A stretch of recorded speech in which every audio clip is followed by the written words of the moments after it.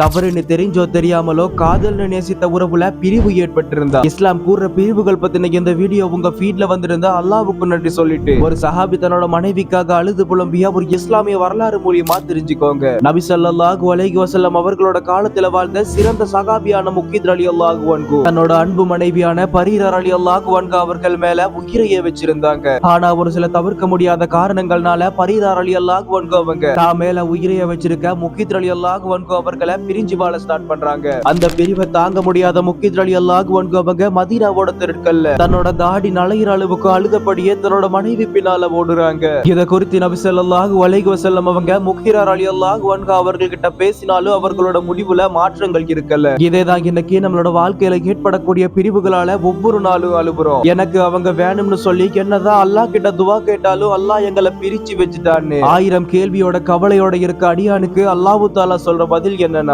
நீங்க ஒரு விஷயத்தை வெறுக்கலாம், ஆனா அதுல உங்களுக்கான நன்மைகள் இருக்கும். நீங்க ஒரு விஷயத்தை விரும்பலாம், ஆனா அதுல உங்களுக்கான தீமைகள் இருக்கும். நீங்கள் அறியாததை நான் அறிகிறேன் அப்படின்னு சொல்லி அல்லாஹ் தஆலா தன்னோட அடியானுக்கு சொல்றான். இப்ப கூட நம்மளோட வாழ்க்கையில நமக்கு பிடிச்ச ஒருத்தவங்களை இழந்திருக்கலாம். எனக்கானவங்க என்னோட வாழ்க்கையோட இருப்பாங்கன்னு சொன்ன ஒருத்தவங்க நம்மளை விட்டு பிரிஞ்சு இருக்கலாம். நிக்கா வரைக்கும் வந்த திருமணங்கள் நடக்காம இருக்கலாம். எனக்கானவங்கன்னு சொல்லி அல்லாஹ் கிட்ட அழுத ஒருத்தர் இன்னைக்கு யாரோ ஒருத்தவங்க கூட இருக்கலாம். இப்படி நம்மளோட வாழ்க்கையில ஏற்படக்கூடிய எல்லா பிரிவுகளையுமே அல்லாஹ் அறிவான். இப்ப நீங்க உங்களை விட்டு போன ஒருத்தருக்காக அழுவுறீங்க அப்படின்னா அந்த அழுகையை அடக்காம அல்லாஹ் கிட்ட சுஜூத்ல அழலாம். ஏன்னா படைச்சவனுக்கு தான் தெரியும் ஒரு கண்ணீரோட மதிப்பு. சோ எந்த பிரிவு வாழ்க்கையில வந்தாலுமே எல்லாமே அவன் செயல் அப்படின்னு ஏத்துதான் ஆகணும். இன்ஷா அல்லாஹ் நம்மளோட ஒவ்வொருத்தரோட வாழ்க்கையிலையும் இருக்க பிரிவுகள் நினைச்சு அல்லாஹ் நம்மளை அமைதிப்படுத்துவானாக. அல்ஹம்துலில்லாஹி அலா குல்லி ஹால்.